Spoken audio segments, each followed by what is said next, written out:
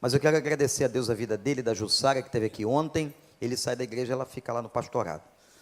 As meninas, a vida da família dele, por tudo que ele tem sido na nossa denominação. Ele hoje está coordenando um grupo que está repensando a estrutura da denominação batista na cidade do Rio de Janeiro. Enfim, esse homem tem sido usado por Deus tremendamente nos púlpitos, nos encontros de pastores, nas lideranças, e ele está com a gente desde sexta-feira, um dos nossos preletores, juntamente com o Luiz Saião e com o Israel Belo de Azevedo. Obrigado, Novaes, que Deus te abençoe. Foi ele que decidiu pregar sem o púlpito. Ele está tirando algumas coisas da vida dele. Agora ele tirou o púlpito fora. Muito obrigado, viu? Wander é meio exagerado na maneira como apresenta a gente, mas é um amigo muito, muito querido. Bom dia a todos. É uma alegria muito grande estar aqui com vocês hoje pela manhã. Desde sexta-feira, estou fazendo algumas exposições sobre o livro de Atos. E eu tenho dito aqui desde sexta-feira que o livro de Atos pode ser resumido no seu propósito e no seu objetivo com 5 palavras. A primeira palavra é a palavra continuidade, porque o livro de Atos continua a narrativa que Lucas iniciou no Evangelho. É o mesmo autor de Atos, só que no Evangelho, Lucas vai narrar o início do ministério de Jesus Cristo, e no livro de Atos ele vai narrar a continuidade da obra, como foi que os apóstolos e que a igreja, que é o corpo de Cristo, deu continuidade a essa obra. Cristo não é mais uma presença física entre nós. Seus apóstolos puderam tocá-lo, ouvi-lo, andar com ele, dormir ao seu lado, comer com ele, mas hoje isso não acontece mais porque ele não é mais uma presença física que possamos ver, tocar e ouvir a própria voz. Mas a presença física de Jesus hoje é a igreja é o corpo de Cristo. Então o livro de Atos foi escrito para mostrar como é que a igreja continua fazendo o que Jesus Cristo faria se estivesse aqui. Então, continuidade. A segunda palavra que resume o propósito do livro de Atos é a palavra confronto. O livro de Atos mostra o confronto da igreja contra seus perseguidores, o confronto da igreja contra um governo corrupto e totalitário, um confronto da igreja contra hereges que já estavam querendo estragar e desvirtuar a palavra de Deus, o confronto da igreja contra aqueles que tinham apenas aparência de fé, mas não criam de verdade. O confronto da igreja contra as perseguições que ela sofria. Bem, então é um livro que narra o confronto da igreja. A outra palavra que nós temos e que resume o propósito do livro de Atos é a palavra missão. O livro de Atos está aí para mostrar qual é a missão da igreja. A missão da igreja é levar o evangelho e pagar o preço. No livro de Atos você encontra gente que esteve disposta a renunciar, a perder seus bens, a ser preso e até a perder a própria vida, como Estevão foi morto, Tiago foi morto. Então, nós temos esses personagens que estavam dispostos a pagar o preço porque eles sabiam, evangelho não é parque de diversões. Evangelho não é entretenimento. Evangelho não é um hobby. Evangelho é sério, é vida, é compromisso com o reino. Então eles assumem esse compromisso e o livro de Atos narra isso. A outra palavra que descreve o livro de Atos é a palavra testemunho. O livro não é um livro de história apenas, embora ele tenha um fundo histórico. Queiram mostrar os primeiros anos da igreja, que era chamada igreja primitiva. Mas mais do que uma preocupação de critérios históricos ou historiográficos, o livro de Atos é um testemunho do que o Espírito Santo fez através da igreja. Por isso alguns chamavam de o Evangelho do Espírito Santo. Mostra como é que o Espírito Santo foi conduzindo a igreja. E a última palavra que descreve o livro de Atos é a palavra motivação. Porque Atos termina dizendo que Paulo estava preso, e o último versículo de Atos diz que, enquanto Paulo estava preso, a palavra era proclamada sem impedimento algum. O pregador é preso, as igrejas são fechadas, as Bíblias são queimadas, não importa. Uma coisa ninguém pode fazer, é prender a palavra de Deus. E a palavra de Deus continua sendo proclamada. Essa é a motivação que nós temos para sermos fiéis e continuarmos a nossa obra. Então, na sexta-feira, eu falei sobre o primeiro tema do livro de Atos. Deus usa pessoas. Ontem, nós refletimos um segundo tema do livro de Atos, sobre como é que Deus transcende as fronteiras institucionais e como é que Deus não se deixa prender pelos canais de aprisionamento que muitas vezes uma institucionalização excessiva da igreja faz com que a voz do Espírito Santo às vezes não seja ouvida. Hoje pela manhã eu quero compartilhar com vocês o que aconteceu com a igreja quando eles se deixaram conduzir pelo Espírito Santo. Eu disse que o livro de Atos é um testemunho de como a igreja foi conduzida pelo Espírito. E é importante nós sabermos que às vezes nós nem sabemos que estamos sendo conduzidos pelo Espírito. Mas Ele conduz a igreja, às vezes nós não entendemos o que Deus está fazendo. Deixa eu dizer uma coisa para você. Eu tenho aprendido, cada vez mais, que nós estamos todos sob a graça da ação de Deus. E tenho aprendido a não reclamar de nada. Porque eu não sei, às vezes, do que é que Deus pode estar me livrando quando alguma coisa me acontece que eu não esperava. Por exemplo, levanto de manhã, o pneu do carro está arriado. Aí eu reclamo logo, eu tenho que trocar aquele pneu. Puxa vida, e eu atrasado e ainda tenho que fazer essa troca de pneu. A primeira reação minha é reclamar daquela situação. Mas eu não sei do que é que Deus pode estar me livrando. Deus pode estar me livrando de um acidente muito sério que eu sofreria se não fosse aquele momento que eu estivesse ali preso na garagem trocando aquele pneu. Deixa eu contar uma coisa para vocês. Uma vez eu fui fazer uma visita num hospital e eu estava com o número do leito escrito no papel. Aí eu peguei o elevador, eu tinha lido ali que era enfermaria 112. Foi o que eu li no papel. Aí subi, desci no andar, procurei ali a enfermaria 112. Entrei na enfermaria 112. Eu comecei a procurar o leito da pessoa que eu estava visitando e não encontrei. Não tinha ninguém conhecido ali. Aí tinha uma senhora que estava na cama, assim, logo na entrada da enfermaria. Eu perguntei para ela, escuta, essa aqui não é a enfermaria 112?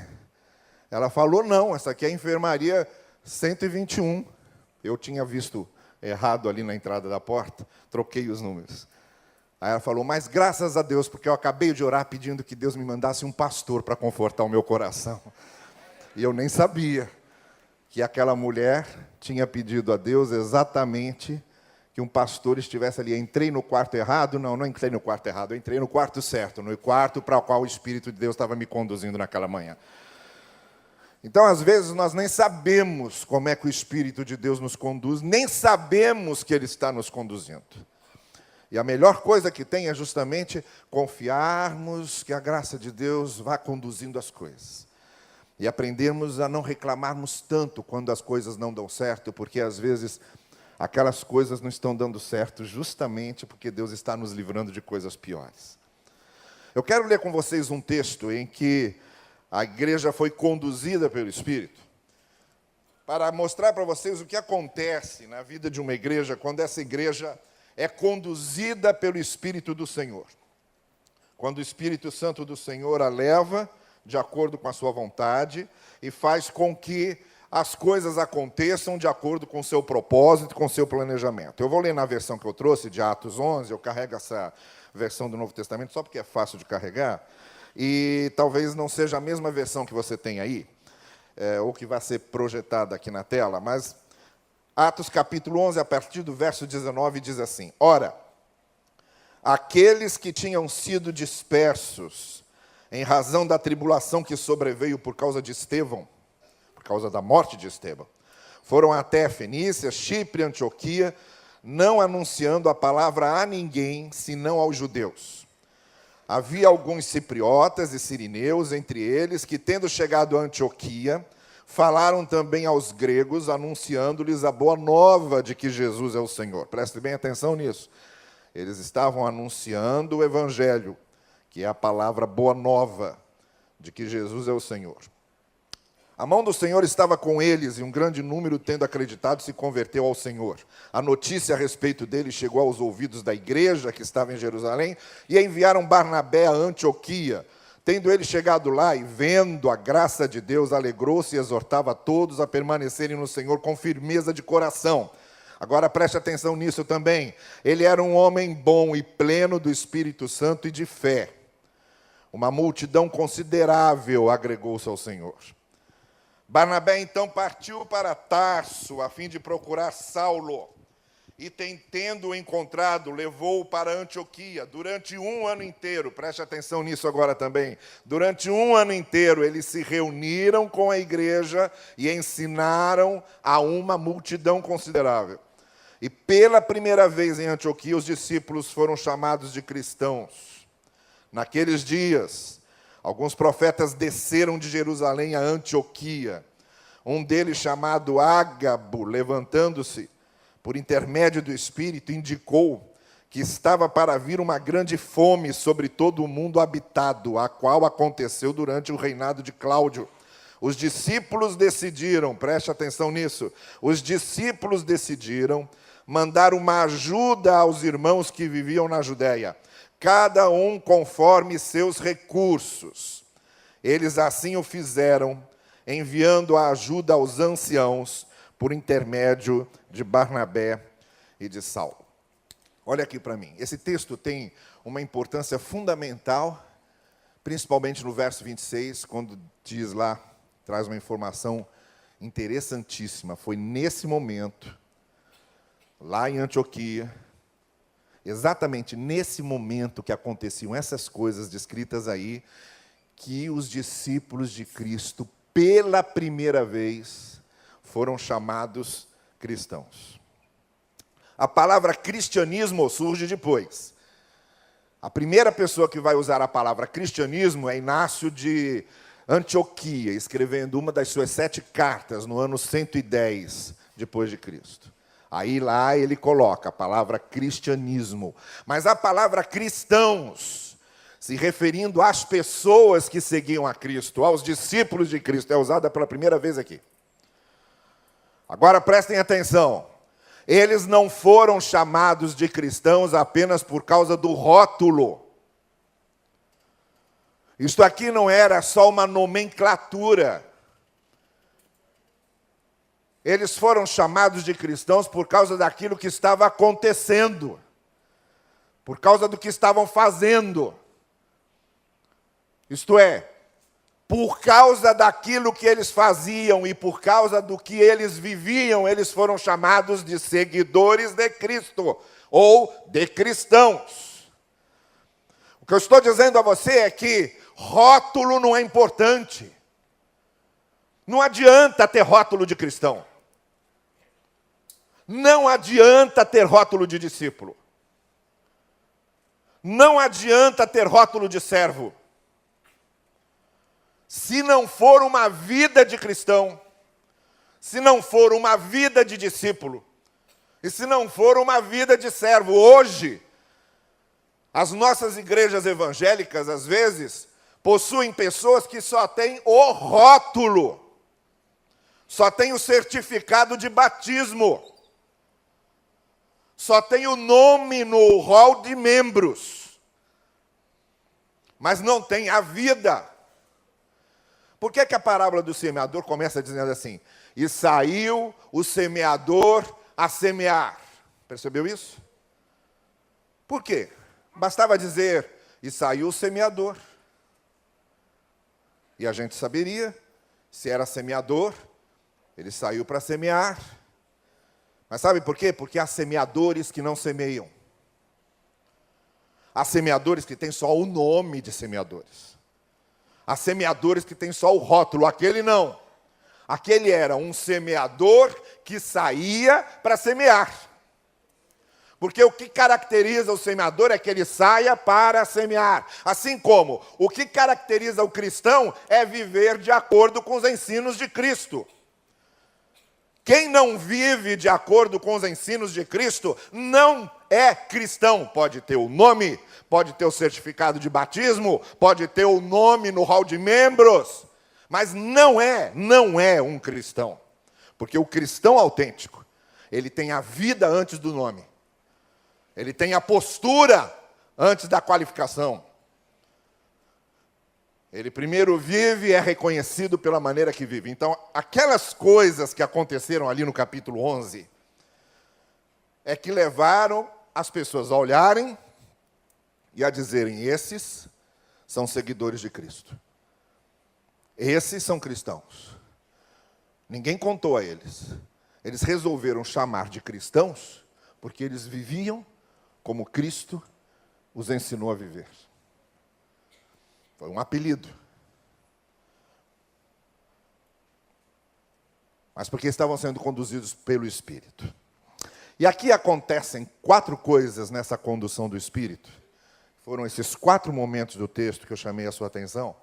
Eu gostaria de reenfatizá-los agora. O que é que acontece com uma igreja quando ela é conduzida pelo Espírito?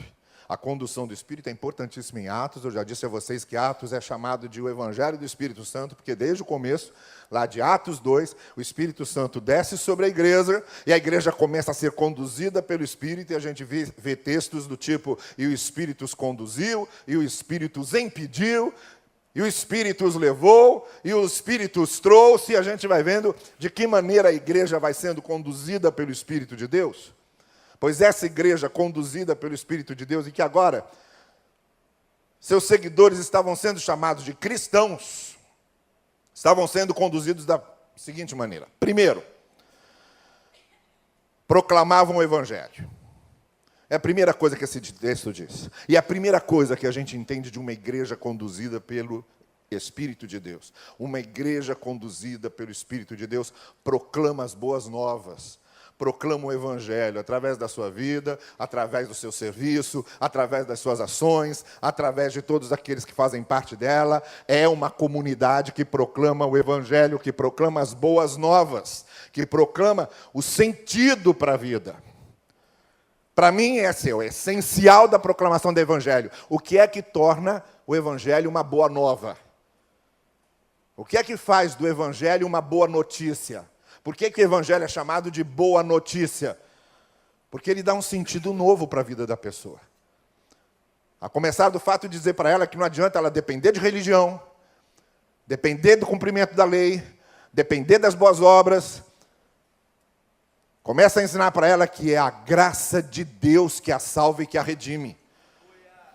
E isso muda completamente a visão de uma pessoa sobre o mundo, sobre a vida, sobre ela mesma, sobre os outros, quando a gente começa a raciocinar e a ver o mundo a partir da experiência com a graça. Até porque a gente só consegue perdoar quando tem uma experiência com a graça que perdoa. A gente só consegue ser misericordioso quando tem uma experiência com a misericórdia da graça. A gente só consegue ser justo quando tem uma experiência com a graça que abençoa aquele que defende a justiça. A gente só consegue ser puro de coração quando tem uma experiência com a graça que purifica. Então, toda a nossa visão de mundo e de vida depende da graça que experimentamos. Então, o Evangelho dá esse sentido novo na vida. Modifica de tal maneira que eu vou dizer a vocês uma coisa. Santa Teresinha d'Ávila, na Idade Média, dizia o seguinte: quem me dera com uma tocha incendiar os céus e com água apagar o inferno, para que as pessoas pudessem seguir a Cristo, não por causa do céu e nem por medo do inferno, mas apenas pelo amor que tem a Ele e pelo que Ele fez por elas nessa vida. Eu estou dizendo o seguinte, se alguém um dia conseguir me provar que não existe vida eterna, se alguém um dia me provar que não existe vida eterna, eu antes de nascer estava no nada. Nós sabemos disso. Antes de nascer estávamos no nada. Se alguém me provar que depois de morrer eu vou voltar pro nada, ainda assim, Eu digo a vocês, só o que Jesus Cristo faz para a nossa vida aqui, o sentido que Ele dá e a dignidade de vida que Ele nos dá aqui, já justifica nós o seguirmos e o amarmos. Por isso eu gosto muito de uma frase de um personagem de Dostoiévski no romance Os Irmãos Karamazov, que para mim é o maior romance da literatura universal. Devia ser colocado lá ao lado da Bíblia para a gente ler sempre. Há um personagem dos Irmãos Karamazov que é um monge. Esse monge vira num determinado momento e diz assim: eu sei que Cristo é a única, a mais perfeita e a mais completa verdade. Mas se um dia alguém me convencer que existe uma verdade maior do que Cristo, pelo que Ele fez por mim, eu abandono essa verdade e continuo com Cristo. É disso que o Evangelho fala. De dar um novo sentido para a vida. A gente estava cantando aqui com o pessoal do louvor, o Canta a Minha Alma, Canta ao Senhor. Enquanto a gente estava cantando aqui, eu estava lembrando da Fanny Crosby. A Fanny Crosby nasceu vendo, teve um problema nos olhos, foi tratada de forma imprudente e perdeu a vista nos 2 olhos, aos 2 anos de idade. Então, ela viveu a vida toda sem enxergar. E mesmo assim ela era poetisa. Um dia, o pastor da igreja dela que compunha, trouxe uma música para ela e disse: Fanny, coloca a letra nessa música. E era essa música. E ela começou a letra lá: que segurança, sou de Jesus. Algumas outras versões dizem: vivo feliz, pois sou de Jesus. Canta minha alma, canta ao Senhor. Aí ele falou para ela assim: Fanny, é interessante isso, você, cega, nunca enxergou, traz essa frustração e é capaz de escrever uma coisa dessa: vivo feliz, pois sou de Jesus, pois eu desfruto o gozo da luz. Aí ela disse assim: olha, eu nunca vi a luz do sol na minha vida, mas eu escrevi isso porque dentro de mim eu tenho uma luz que brilha muito mais que qualquer sol que eu possa ver. E mais, ela dizia, o que me conforta é saber que quando eu morrer, eu nunca vi nenhum rosto. E o primeiro rosto que eu vou ver na vida é o rosto do meu Salvador e do meu Redentor. Vivo feliz, pois sou de Jesus. Canta a minha alma, canta ao Senhor. É isso que o Evangelho faz, novo sentido. Então, uma igreja conduzida pelo Espírito é uma igreja que vai proclamando o Evangelho para dar um sentido novo para a vida das pessoas. A gente, quando proclama o Evangelho, é para dar um sentido novo para a vida das pessoas. A segunda coisa que aconteceu nesse texto, quando o Espírito vai conduzindo uma igreja, foi a transformação de caráter. Aí eu pedi para vocês prestarem atenção na descrição que fizeram de Barnabé. Já falei alguma coisa sobre isso na sexta-feira, mas Barnabé foi importantíssimo ali no livro de Atos. Ele aparece em Atos, do início ao fim, em vários momentos, em várias situações. Ele abençoou a igreja de uma maneira impressionante. Mas a característica principal de Barnabé é essa descrição que aparece aí nesse verso 24 do capítulo 11. Ele era um homem bom. No grego original, homem bom significa um homem de caráter. Bom. Bom. E nas coisas que ele fazia, ele era bom. Ele era um bom filho, ele era um bom marido, ele era um bom servo de Deus, ele era um bom irmão, ele era um bom funcionário, ou ele era um bom empregado, no sentido de uma pessoa íntegra, de uma pessoa de caráter. Irmãos e irmãs, não há nada mais que nós precisemos hoje, por exemplo, no nosso país, do que pessoas de caráter. Não há nada mais que precisemos mais nos nossos governantes do que pessoas de caráter. E quando a gente vê hoje que a mensagem de muitas igrejas evangélicas fica exaltando outras coisas que não a transformação do caráter, a gente vê o quanto essa gente se afastou da centralidade da mensagem do Evangelho, porque a centralidade do Evangelho não é a prosperidade financeira, a centralidade do Evangelho é a mudança de caráter. Prosperidade financeira não torna ninguém bom. O que torna uma pessoa boa. É o caráter transformado pelo poder do Evangelho. E digo mais, só há uma coisa que transforma as raízes do caráter de uma pessoa: o poder do Evangelho de Jesus Cristo. Aí você já prestou atenção nesses testemunhos na televisão que aparecem aí? Nessas doiduras? Eu, de vez em quando quero pagar uns pecados, eu ligo num programa desses e sempre me arrependo. Eu sempre ligo com a esperança de que eu vou ver alguma coisa. Vamos ver agora uma coisa que vale a pena. E me arrependo sempre. Me sinto um verme de novo. O que eu estou fazendo aqui? Aí você já prestou atenção naqueles testemunhos? Eu dou graças a Deus porque comprei um carro novo. Eu dou graças a Deus porque comprei uma casa nova. Eu dou graças a Deus porque eu tive um aumento, fui promovido. Há quanto tempo eu não ouço um testemunho do tipo: eu dou graças a Deus porque era um mentiroso, conto mais, e hoje, pela graça de Deus, eu já não minto. Eu dou graças a Deus porque eu enganava meus patrões, fraudava a tesouraria da firma que eu trabalhava, mas quando eu conheci o Evangelho, eu deixei de fazer isso e não roubo mais. Eu dou graças a Deus porque eu traí a minha esposa, não porque eu tinha um casamento ruim, não, mas por prazer de trair. E Deus transformou meu coração, não faço mais isso. Eu dou graças a Deus porque Ele é um péssimo pai, um péssimo exemplo para os meus filhos. Eu não entendo como é que meus filhos podiam imaginar um Deus Pai que ama me vendo como exemplo de um pai. Mas Deus transformou a minha vida e me transformou num pai novo. Não são esses testemunhos que eu tenho visto. Pois eu vou dizer para vocês, o Evangelho foi enviado para ser boa nova, para transformar caráter. E a maior prova de que temos, de que é o Espírito Santo que está agindo, não é quando milagres acontecem. Porque quando Moisés foi diante do faraó, ele achou que ia abalar, lançando a vara se transformando numa serpente. Aí os feiticeiros do faraó vieram e fizeram a mesma coisa. Embora a serpente de Moisés acabasse devorando as outras serpentes, mas fizeram a mesma coisa, porque o diabo também faz milagres. Mas uma coisa o diabo não faz: mudar caráter. A maior prova de que é o Espírito Santo que está operando é que o caráter vai mudando, a vida vai mudando, a integridade acontece.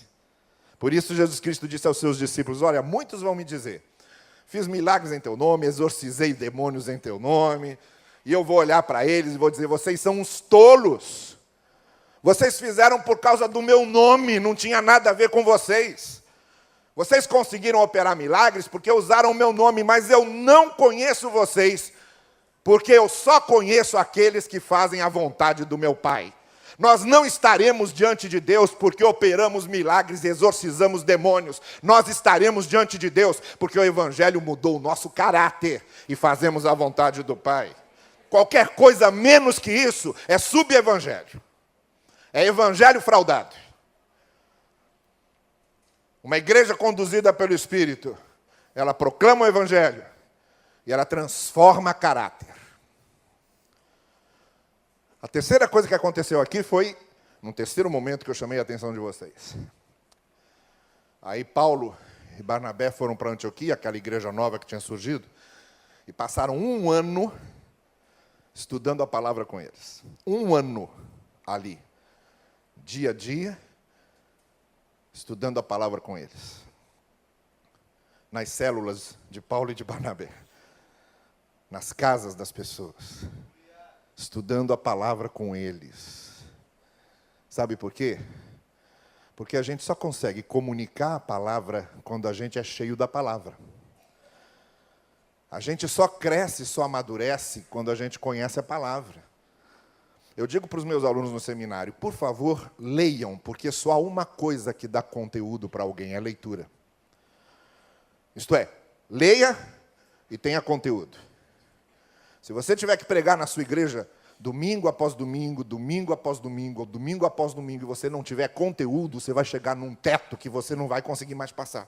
E pior, vão perceber que você não consegue passar. Sem conteúdo, você não prega. Sem conteúdo, você não conversa. E só tem uma coisa que dá conteúdo para as pessoas: leitura. Leiam e aumentem o conteúdo. Não adianta, não há nenhuma outra coisa na qual vocês vão achar conteúdo a não ser em leitura. E quando se trata de conteúdo do conhecimento de Deus, é na palavra, é na Bíblia. Como é que a gente consegue comunicar a palavra se não conhece a palavra? Essa questão da comunicação é simples. Nós não comunicamos bem porque não conhecemos bem. Aí quando falo nesse negócio de não comunicar bem, eu lembro sempre do Marcolino. Marcolino era um dos diáconos de uma igreja que eu pastorei, não vou dizer qual. Marcolino está morto, então posso falar dele à vontade. Mas a família continua viva. Então, é uma igreja que eu pastorei. O Marcolino era um diácono excelente, simples, ótimo. Mas tinha um problema, era meio surdo.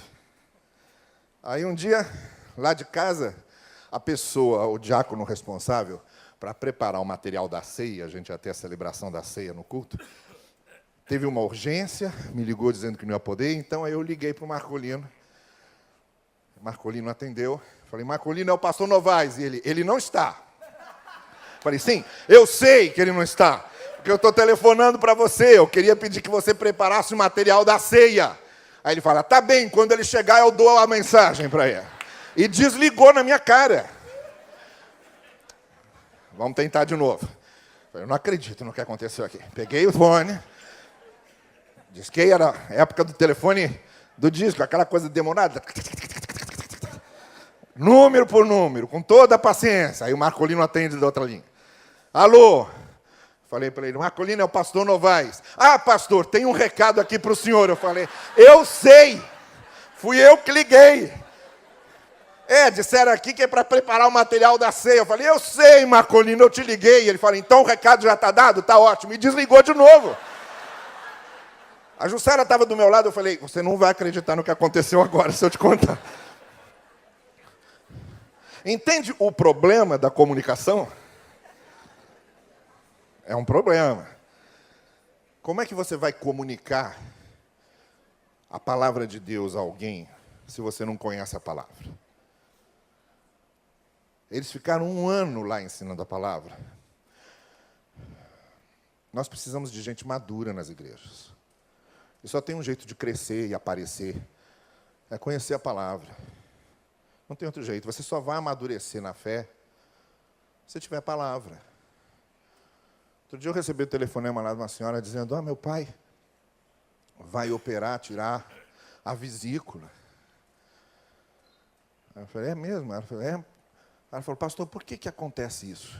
Eu estou pensando que ela está me perguntando por que alguém precisa tirar a vesícula. Sabem que minha esposa é médica e às vezes o pessoal acha que a gente pode responder o que o médico quer responder. Aí eu ia até começar a explicar, pode ser que seja pedra na vesícula, mas aí ela completou e eu vi que não era isso, não. Ela completou dizendo, meu pai é crente há 40 anos, como é que Deus permitiu uma coisa dessa?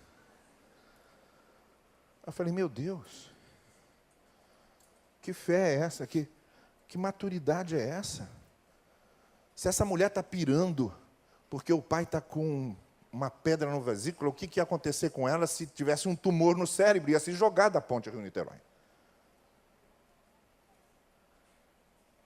Que maturidade é essa que faz com que qualquer coisa nos derrube e comece a fazer com que a gente duvide do amor de Deus? Nós não somos abençoados porque a gente merece. Nós somos abençoados porque Deus nos ama. Então a pergunta não é, por que está acontecendo isso comigo? A pergunta é, por que não acontece comigo? Por que eu vou duvidar do amor de Deus por causa das adversidades da vida, quando adversidades na vida é para todo mundo? Crente fica desempregado, sim. Crente tem câncer, sim. Crente fica internado em hospital, sim. Crente fica deprimido, sim. São coisas que fazem parte da vida. E quando eu sou maduro o suficiente, eu não vou questionar o amor de Deus, nem o propósito de Deus. Pelo contrário, eu vou entender que até no meio dessas coisas há amor e propósito de Deus. Mas para isso precisa ser maduro. E para ser maduro precisa de palavra. E para ser maduro precisa conhecer a palavra. E para conhecer a palavra precisa ler. Ler. Sempre. constantemente estudar a palavra. Uma igreja conduzida pelo Espírito faz com que a palavra vá sendo conhecida. Então, por exemplo, você está num congresso sobre o livro de Atos, leia o livro de Atos agora. Pegue essa semana e fique lendo o livro de Atos, devagarinho. Você nunca leu a Bíblia, quer começar a ler a Bíblia não é um livro que a gente começa do princípio ao fim. Por isso que muita gente se desanima. Começa em Gênesis, quando chega em Números, é uma loucura. Não tem como. Bíblia não é um livro que a gente lê assim. Bíblia a gente começa lendo assim. Primeiro, Evangelho de Marcos, que é o mais curto e dá uma síntese do que Cristo veio fazer. Depois, Evangelho de João, que é um pouco mais longo e já se focaliza mais nos discursos e nos ensinos de Jesus. E aí vai para Lucas, que é um evangelho de muitas parábolas e principalmente ensinando a universalidade do amor de Deus. E aí você vai para Mateus, que escreveu para os judeus para mostrar que Cristo é o Messias.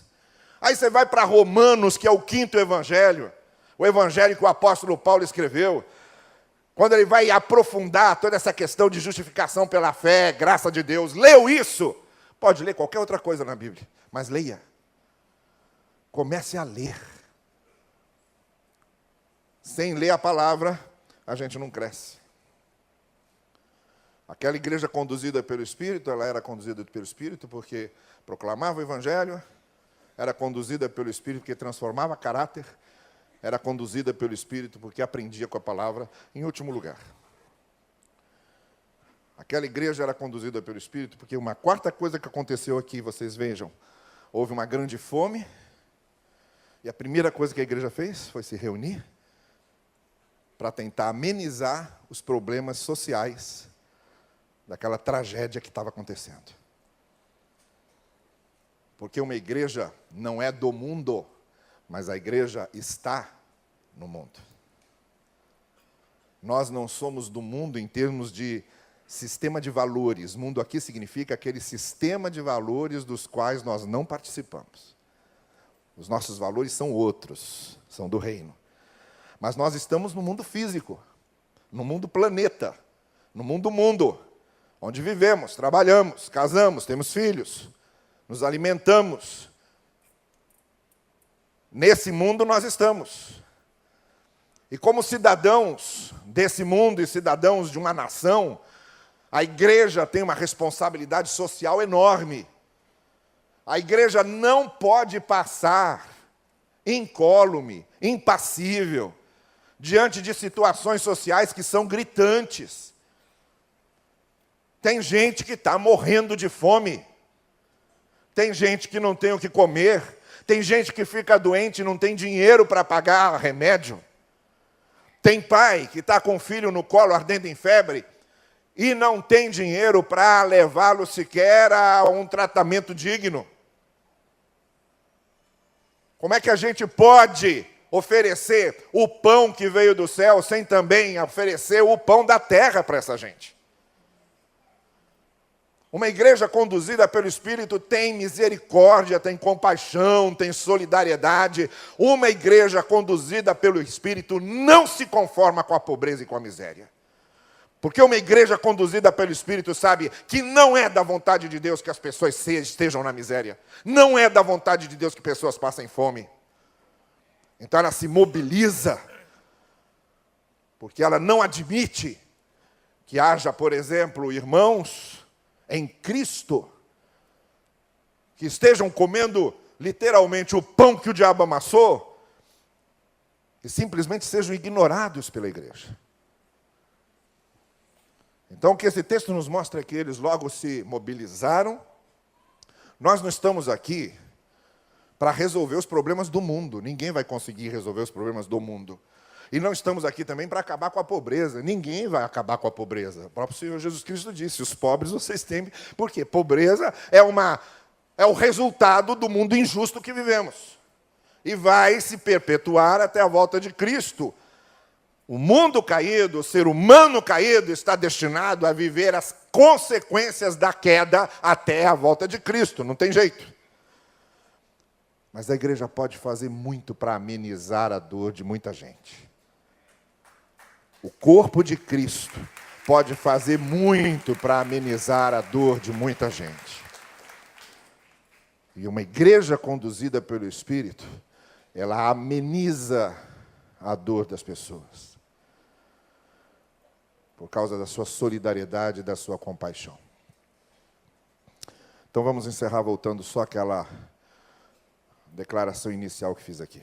O livro de Atos é um livro que conta como a igreja vai conduzindo o Espírito, como o Espírito vai conduzindo a igreja e como a igreja vai sendo conduzida por ele. Mas quando eu digo igreja, eu não estou me referindo à instituição, estou me referindo a nós. A igreja somos nós. Quando eu digo, a minha igreja tem problemas, eu estou dizendo, eu tenho problemas, porque eu sou igreja. Quando eu digo, a minha igreja precisa crescer, eu estou dizendo, eu preciso fazer com que tudo cresça, porque eu sou a igreja. Então vejam, nós somos a igreja. Então quando dizemos, o Espírito Santo precisa conduzir a igreja, nós estamos dizendo que o Espírito Santo precisa conduzir as nossas vidas. A vida de cada um de nós. Mas isso só acontece quando a gente reconhece isso e se coloca nas mãos dele e diz, eu quero, eu preciso, eu reconheço que o Espírito de Deus tem que me conduzir. Foi o que aconteceu com o pastor Elvis Cugkley. O pastor Elvis Cugkley assumiu uma igreja que estava morrendo. Ela estava com 23 membros. Já tinha perdido muita gente, estava morrendo. E na primeira reunião que eles tiveram para tentar reorganizar a coisa, aqueles 23 estavam tão desanimados, mas tão desanimados, que a maioria foi a favor de que a igreja fechasse. Dizendo, pastor, não temos mais o que fazer, reconhecemos a sua boa vontade, mas aqui não tem mais o que fazer não, vamos fechar. Ele ficou tão chocado com aquilo, que chegou em casa tão entristecido, que nem sequer cumprimentou a esposa dele, foi direto para o gabinete dele em casa, se ajoelhou e começou a chorar. A chorar. Começou a chorar e começou a dizer, enquanto ele chorava, Senhor, eu estou morto. Senhor, eu estou no pó.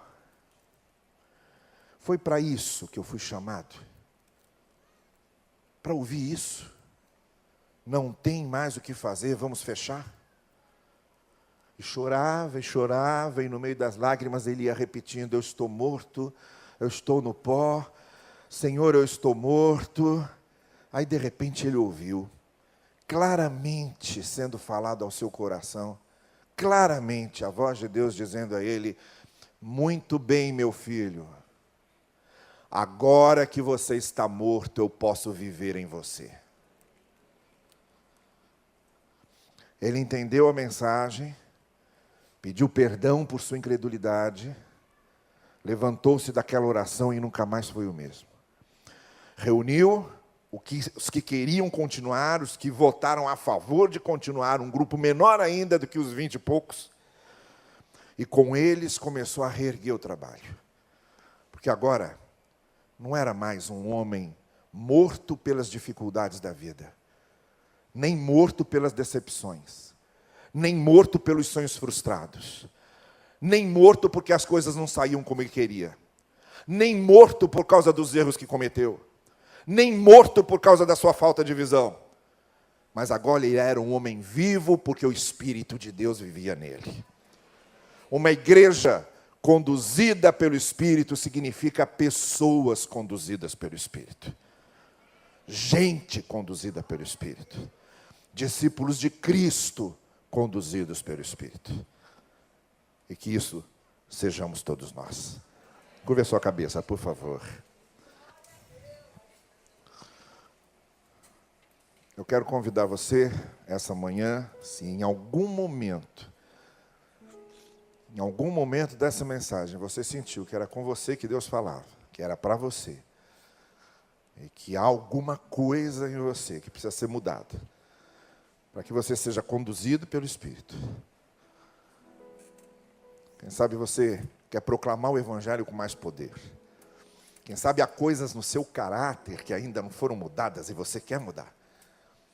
Quem sabe você precisa de mais amor pela palavra, mais conhecimento da palavra e está fazendo agora um voto ao Senhor. Senhor, eu quero conhecer mais a tua palavra.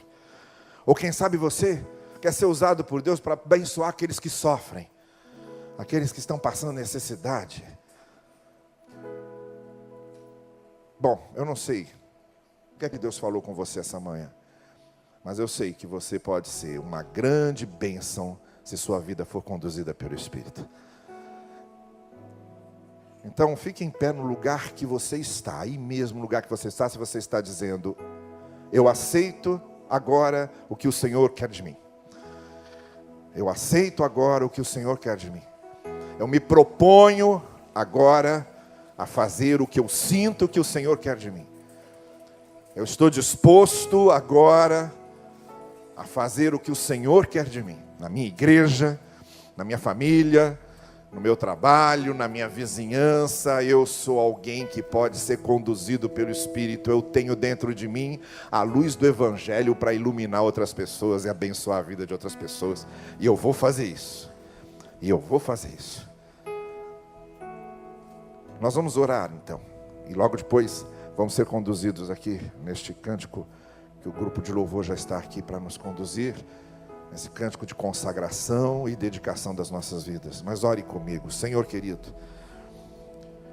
Nós temos aqui os nossos corações no teu altar, reconhecendo que só conduzidos pelo Espírito a tua igreja é uma igreja viva. Mas a igreja sou eu. A igreja sou eu. Então, Senhor, enche a minha vida e estarás enchendo a igreja do Espírito. Conduze a minha vida e estarás conduzindo a igreja. Abre as portas para que eu pregue o Evangelho àqueles que estão ao meu redor e a igreja estará pregando o Evangelho. Transforma ainda aquilo que precisa ser mudado no meu caráter, no meu jeito de ser, no meu temperamento, na minha maneira de pensar, para que eu reflita, para que eu seja uma vidraça transparente que reflete o brilho de Jesus. Senhor, me alimenta com a palavra, mas eu sei que eu não serei alimentado com a Bíblia debaixo do meu travesseiro, eu serei alimentado abrindo e lendo a Bíblia. Então, Senhor, que eu tenha amor pela tua palavra, que me leve a ler, a estudar a tua palavra, a me alimentar dela, a comê-la como o profeta comeu aquele livro, que essa palavra possa me nutrir e que a minha fé se torne uma fé robusta, madura. E Senhor, usa a minha vida para socorrer alguém.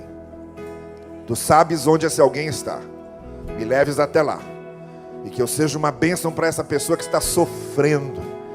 Que eu seja o bálsamo de Deus para essa pessoa que está sofrendo. É isso que eu quero. Conduzido pelo teu Espírito, levado pelo teu Espírito, leva a mim pelo teu Espírito e estarás levando a tua igreja no precioso nome de Jesus. Amém. Amém. Santo Espírito, és bem-vindo aqui. Vem inundar, encher esse lugar. É o desejo do meu coração. Sermos inundados por tua glória, Senhor. Santo Espírito, Santo Espírito, és bem-vindo aqui.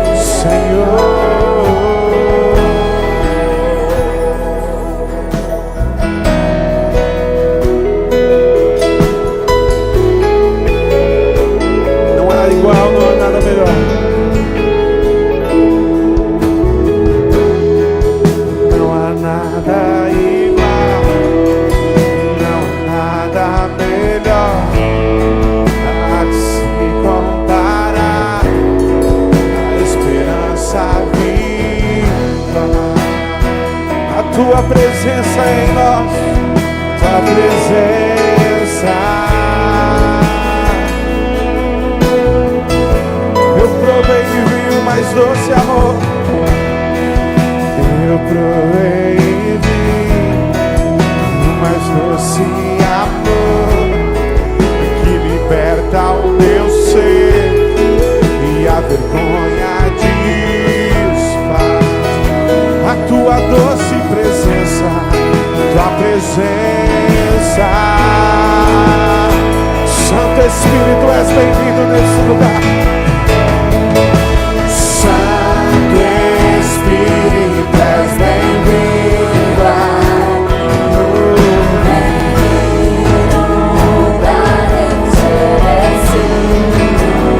é o desejo do meu coração.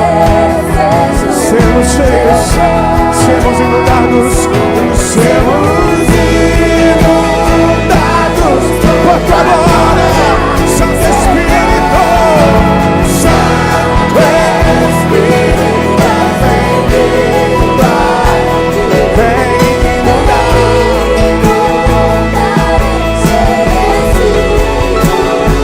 É o desejo do meu coração.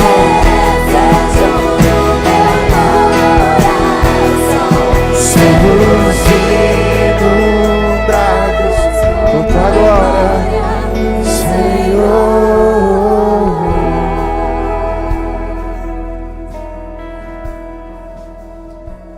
Que possamos ir para casa refletindo no que ouvimos do Senhor. Grande palavra ao nosso coração. Você foi abençoado? Obrigado, pastor Carlos. Hoje à noite ele estará de novo encerrando o nosso congresso da Bíblia. O culto da tarde teremos um debate, não é isso, pastor Paulo, com líderes aqui sobre a palavra de Deus. Você está convidado. Irmãos, uma igreja local não será melhor do que os seus membros. Se nós queremos fazer mais pela sociedade e pelo mundo, nós temos que nos envolver. Eu tenho que ser parte disso. Que Deus abençoe a sua vida.